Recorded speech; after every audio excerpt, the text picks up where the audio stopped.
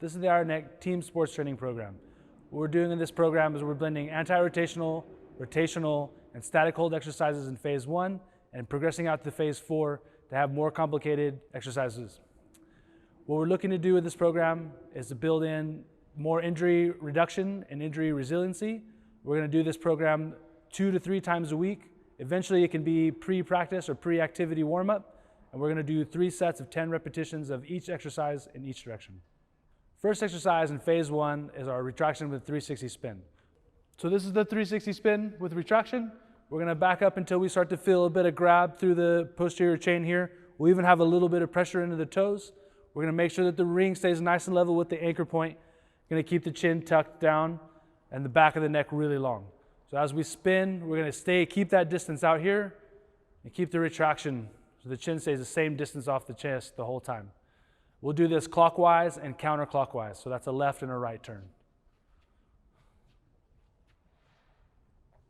The second exercise in phase 1 of our team sports training program is a lock neck body turn. This is a foundational exercise for us. We use this in lots of different programs, but here it's going to help open up the hips, ankles, shoulders, activate some trunk rotation, and we're also going to get a little bit of isometric work for the neck. So in a nice athletic stance, we'll press the hands together. We're going to bring it down just a bit.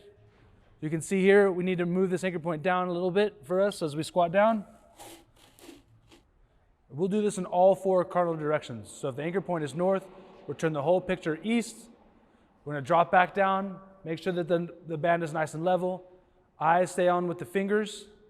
We're turning the whole torso, right? So basically everything from the waist up is turning as one big piece.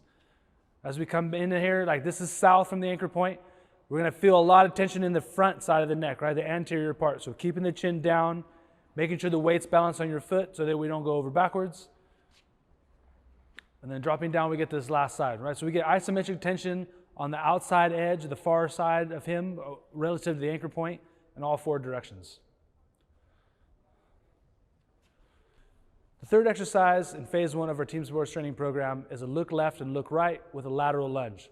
So what we're going to do is we're going to put a little bit of tension out. We're going to keep the anchor point nice and low from our lock neck body turn because it should be about the same height. So as we strike into our lateral lunge here, and then we're going to go left and right, and then we'll follow that tension back over the top there. So we'll lunge each time that we look left and look right. So here we'll go again. We'll get to the other side now. We're going to go out in this lateral lunge. We'll go left and right, and then we'll stand, and we repeat that. Exercise 4 in our team sports training program in phase 1 is a diagonal with a Z-hold.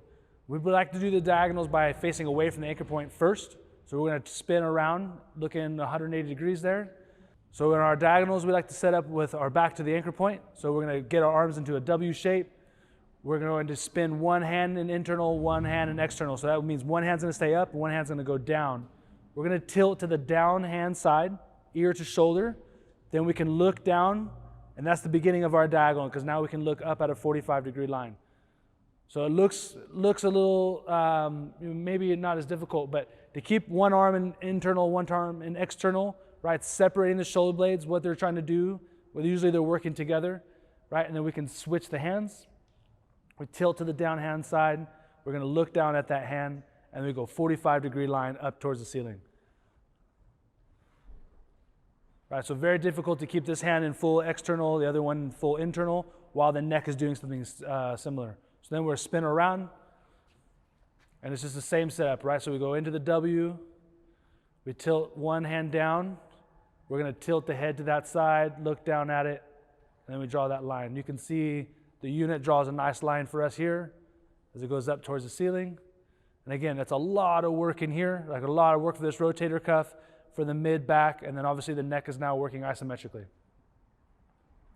We'll switch just a couple of reps on the other side, right?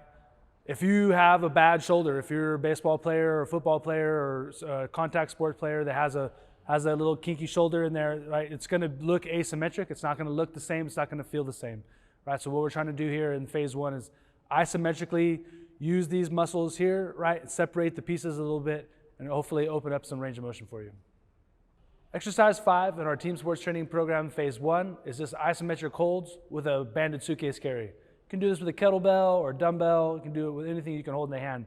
But here we like to use the band, right? That gives us a little bit of freedom. We can move around in here a little easier, right? And it gives us a little more play in what we're doing. So all we're looking to do in phase 1 is we're with a straight arm going to pull the hand down back into the pocket area. And then we're looking to stay up nice and tall through here, right? Eyes forward. Okay? So we're going to hold this one. So this is the only program where we won't do reps. We'll actually hold this one for 30 seconds. So then we'll hold for 30, and then we switch hands. And we'll do this in all 4 cardinal directions. Right? So we'll work with just this right hand for now. There. And it's really easy to sort of use your lat as a 5th abdominal, right? It's sort of to do this with the shoulders sort of hunkered down. It's really difficult to stand up in here against unilateral tension, right? Even with the center line tension from the iron neck, right? So then when we turn now, we'll go east. We're going to make a right hand turn.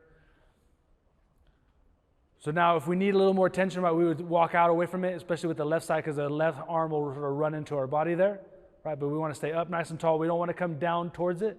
We don't want to sort of slouch into it. We want to stay up nice and tall. We want to bring our hand to our side, right? And then we're working the right side of the neck isometrically. We're working the left side of the abdomen isometrically. We can do it on the right side. We'll probably scoot in just a touch, maybe the width of a foot. We'll switch hands, right? So now the outside hand, we'll grab that band, and we're going to pull it across. So now we've got isometric tension on the right side, and we've got a very dynamic, static hold here for the outside of the shoulder. So rotator cuff, tricep, forearm, all those things. Okay. When we spin around to go south here, right, it's just going to be sort of almost like the beginning of a forward raise, right, like we would do in a bodybuilding style workout. There it is, right? So again, like the posterior capsule of the shoulder, the anterior part of the deltoid, right, and then little bits all through here. Right, when we switch on this one, we want to make sure that we get a little bit of tension off, right? We don't want to lose the band behind us, and then we're just pulling it right in line. Okay, so it can be in line with the pocket, right? If we want more tension, we can obviously just sort of, let the hand cruise forward a bit. And we'll just keep it in this hand as we make our last turn. So as we make this last little turn here, and we're going to face west, right? If we want more tension, we walk away from it, because we're just going to bring the band to the side there, right? It's going to sort of run into the leg. And making sure that we stay up nice and tall, right? The back of the neck is really long. When we switch hands, right, now that tension is going to sort of skip around to the other side. This is very left side dominant for him, right side for me. The 6th exercise in our phase 1 of our team sports training program is a reverse Nordic with an isometric hold. So what we're going to do is we're going to get in this reverse Nordic. We're going to use the band as leverage. We're going to keep a nice straight line from hip to shoulder and shoulder to knee, right? And then we're going to fall back. So you may know as other things like a quad fallout. Other people do those things, right? Shoelaces are going to be down so that we're allowed to get into that, right, into that deep knee flexion as we go back. We're going to keep the chin up and looking up at the anchor point, right? If we keep the anchor point high on this one, we don't bring it down on this one because we want that leverage in that angle, right? Because we're going to leverage all the way out or as far as that we can, right? So this is concentric posterior chain work, right? We're holding on to that shape with the abdomen, and then hamstrings, glutes, low back, right, and deep knee flexors are going to assist in bringing us back into here, right? And the isometric hold is just going to go down. So in phase 1, we're looking for 1 hippopotamus, and then we'll concentrically push through the posterior chain and come back up. That's phase 1 of our team sports training program.